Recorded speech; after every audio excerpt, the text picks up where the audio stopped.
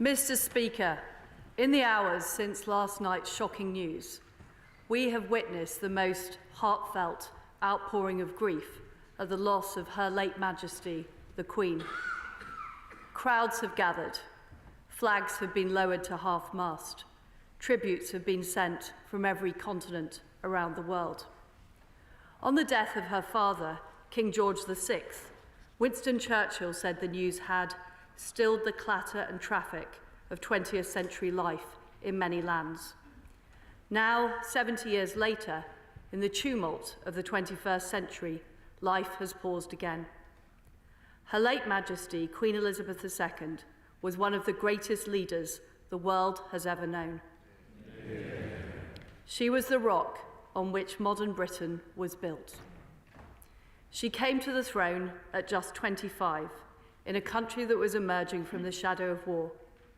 She bequeaths a modern, dynamic nation that has grown and flourished under her reign. The United Kingdom is the great country it is today because of her. The Commonwealth is the family of nations it is today because of her. She was devoted to the union of England, Scotland, Wales and Northern Ireland. She served 15 countries as head of state, and she loved them all. Her words of wisdom gave us strength in the most testing times. During the darkest moments of the pandemic, she gave us hope that we would meet again. She knew this generation of Britons would be as strong as any. And as we meet today, we remember the pledge she made on her 21st birthday to dedicate her life to service. The whole House will agree. Never has a promise been so completely fulfilled. Yeah. Her devotion to duty remains an example to us all. She carried out thousands of engagements. She took a red box every day. She gave her assent to countless pieces of legislation and was at the heart of our national life for 7 decades. As Supreme Governor of the Church of England, she drew on her deep faith. She was the nation's greatest diplomat. Her visits to post-apartheid South Africa and to the Republic of Ireland showed a unique ability to transcend difference and heal division. In total, she visited well over 100 countries. She met more people than any other monarch in our history. She gave counsel to prime ministers and ministers across government. I have personally greatly valued her wise advice. Only last October, I witnessed firsthand how she charmed the world's leading investors at Windsor Castle. She was always so proud of Britain and always embodied the spirit of our great country. She remained determined to carry out her duties, even at the age of 96. It was just 3 days ago at Balmoral that she invited me to form a government and become her 15th Prime Minister. Again, she generously shared with me her deep experience of government, even in those last days. Everyone who met her will remember the moment. They will speak of it for the rest of their lives.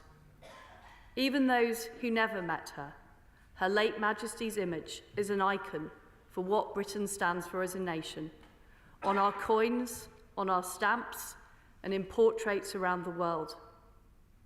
Her legacy will endure through the countless people she met, the global history she witnessed, and the lives that she touched.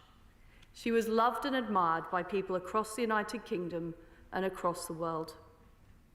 One of the reasons for that affection was her sheer humanity. She reinvented monarchy for the modern age. She was a champion of freedom and democracy around the world. She was dignified but not distant. She was willing to have fun, whether on a mission with 007 or having tea with Paddington Bear. She brought the monarchy into people's lives and into people's homes. During her first televised Christmas message in 1957, she said, "Today we need a special kind of courage, so we can show the world that we are not afraid of the future. We need that courage now." In an instant yesterday, our lives changed forever. Today, we show the world that we do not fear what lies ahead. We send our deepest sympathy to all members of the royal family. We pay tribute to our late Queen, and we offer loyal service to our new King. Amen. His Majesty, King Charles III, bears an awesome responsibility that he now carries for all of us. I was grateful to speak to His Majesty last night and offer my condolences. Even as he mourns, his sense of duty and service is clear. He has already made a profound contribution through his work on conservation, education, and his tireless diplomacy. We owe him our loyalty and devotion. The British people, the Commonwealth, and all of us in this House will support him as he takes our country forward to a new era of hope and progress, our new Carolean age. The crown endures, our nation endures, and in that spirit, I say, God save the King. I now call the Leader of the Opposition, Thank you, Mr. Speaker. I hope the House will not mind if I begin with a personal confession. A few months ago, the BBC came to see me to talk about Her Majesty the Queen, and we sat down and the cameras started rolling, and they requested that I should talk about her in the past tense.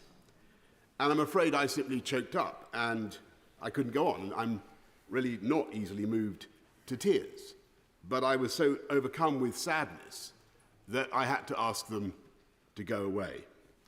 And I know that today there are countless people in this country and around the world who have experienced the same sudden access of unexpected emotion.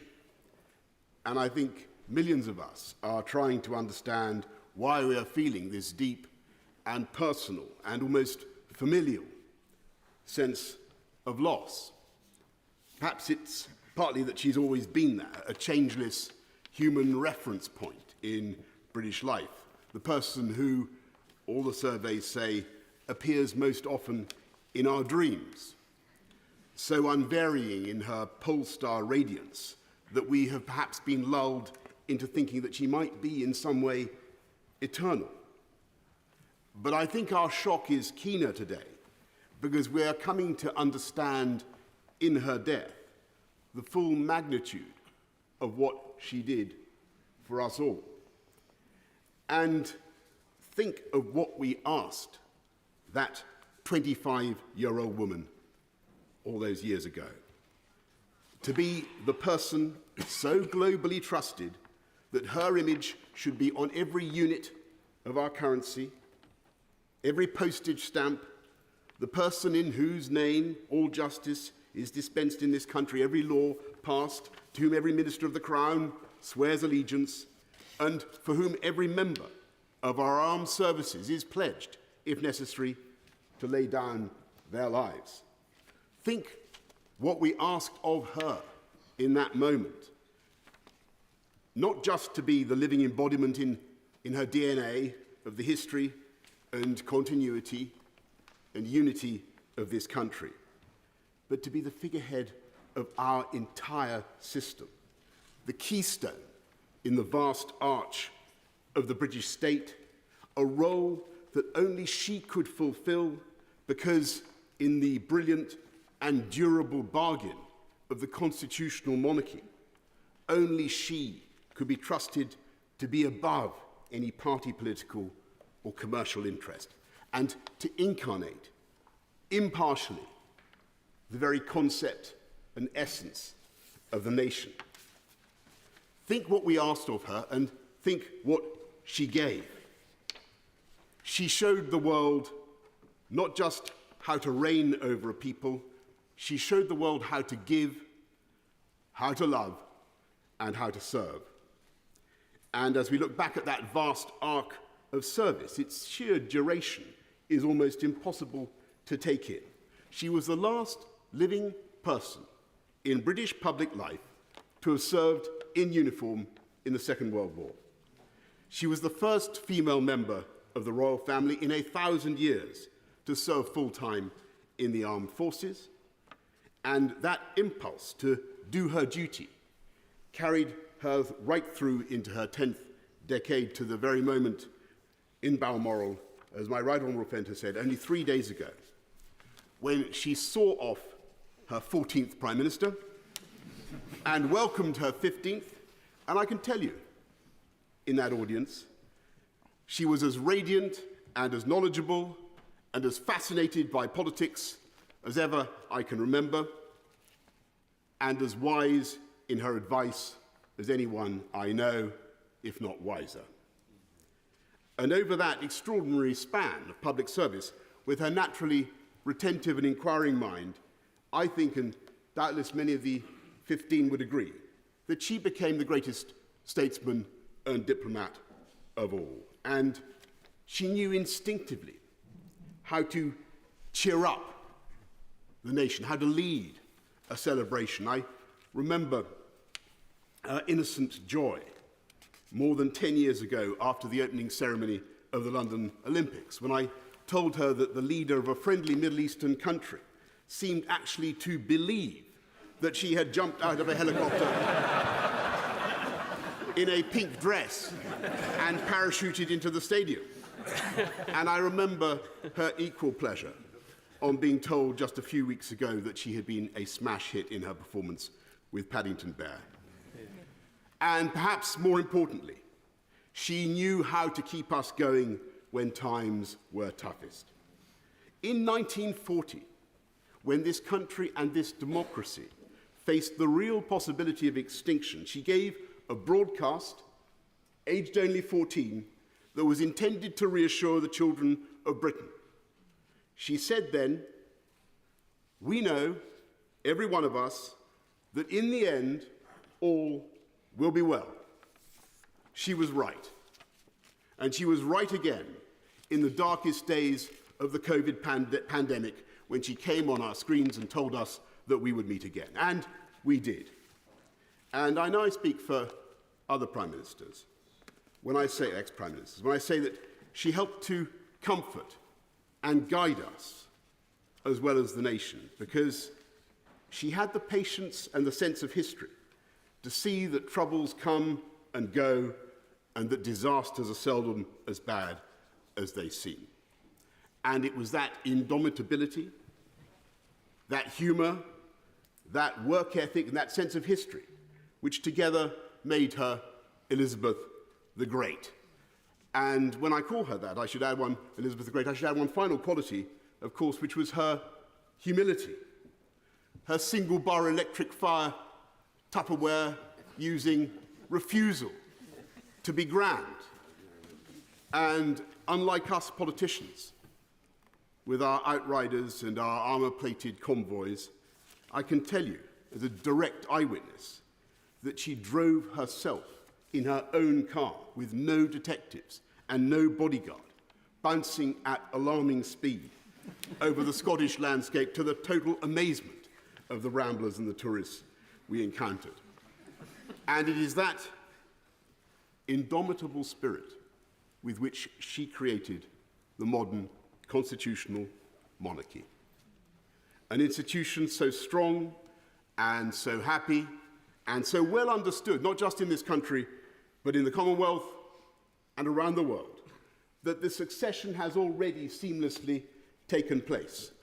And I believe she would regard it as her own highest achievement, that her son, Charles III, will clearly and amply follow her own extraordinary standards of duty and service. Yeah. And the fact that today we can say with such confidence, God save the King, is a tribute to him, but above all to Elizabeth the Great, who worked so hard for the good of her country, not just now, but for generations to come. That is why we mourn her so deeply. And it is in the depths of our grief that we understand why we loved her so much. With great sadness that I rise to pay tribute to Her late Majesty Queen Elizabeth II on my behalf and on behalf of my Maidenhead constituents. Yesterday was a day that we all knew would come sometime, but in our hearts of hearts, we hoped never would. But as we mourn a beloved monarch, we must always remember that she was a mother, a grandmother, and a great-grandmother, and my thoughts and prayers are with King Charles III and the whole of the royal family. Amen.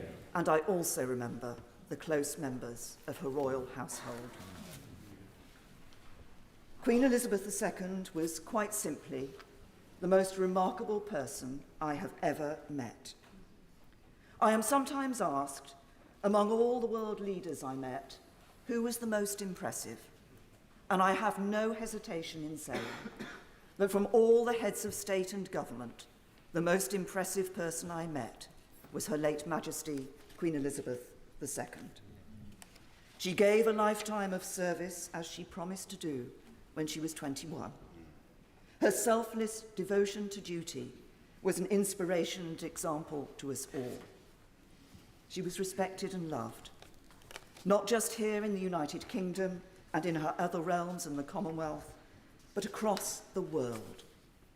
And that love, respect, and admiration was born not out of her position, but because of the person she was. A woman of dignity and grace, of compassion and warmth, of mischief and joy, of wisdom and experience, and of a deep understanding of her people. Like so many until last evening, I had never known another monarch. She was a constant throughout our lives, always there for us, uniting us at times of difficulty, and as others have said, most recently during COVID, when she gave us hope that we would once more come together. Her passing marks a generational change, not just because of the length of her service, but because of what she lived through. When we marked the 75th anniversary of the D-Day landings in 2019, she was with the world leaders not just as Queen, but as someone who had worn uniform during the Second World War, an experience which, quite apart from anything else, had taught her how to strip an engine. The Queen was always interested in people. When she walked into a room, the faces of those present were lit up, and her magnificent smile would calm nerves and put people at their ease. As I said on her Platinum Jubilee, I saw that at Chogham in 2018, when there was a reception at Windsor before a lunch, and the leaders were gathered and talking amongst themselves, and I knew Her Majesty was going to join the reception, but they didn't. The minute she walked into the room, the sense of love and respect was palpable, and they all turned and they all wanted to speak to her. They loved her, and she loved the Commonwealth, and the Commonwealth today is a significant part of her legacy.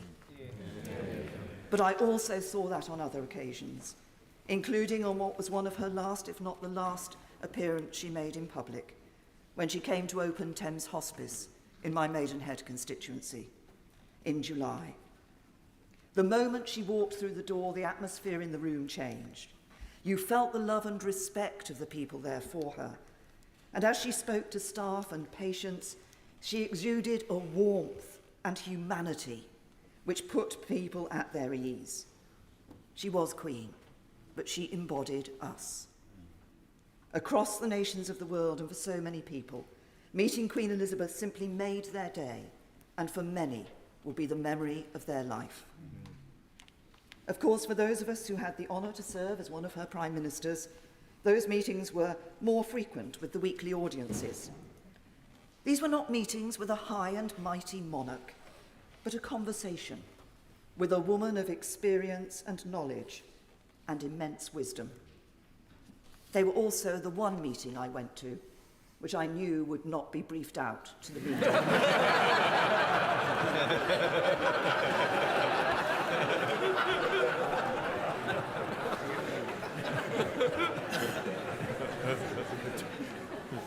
What What made those audiences so special was the understanding the Queen had of issues, which came from the work she put into her red boxes, combined with her years of experience. She knew many of the world leaders. In some cases, she had known their fathers. And she was a wise and adroit judge of people.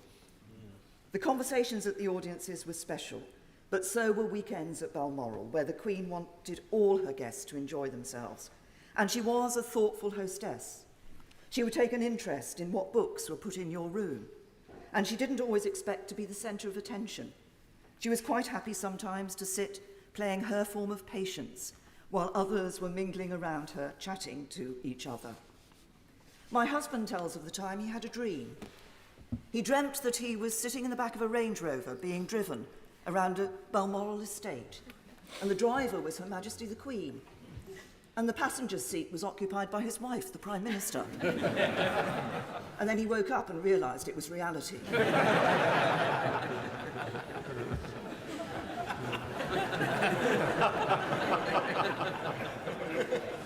Her Majesty loved the countryside, and she was down to earth and a woman of common sense. I remember one picnic at Balmoral which was taking place in one of the bothes on the estate. The hampers came from the castle and we all mucked in to put the food and drink out on the table. I picked up some cheese, put it on a plate and was transferring it to the table.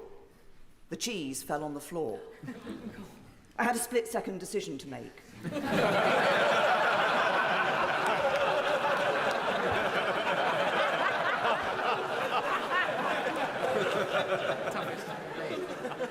I picked up the cheese, put it on the plate and put it on the table.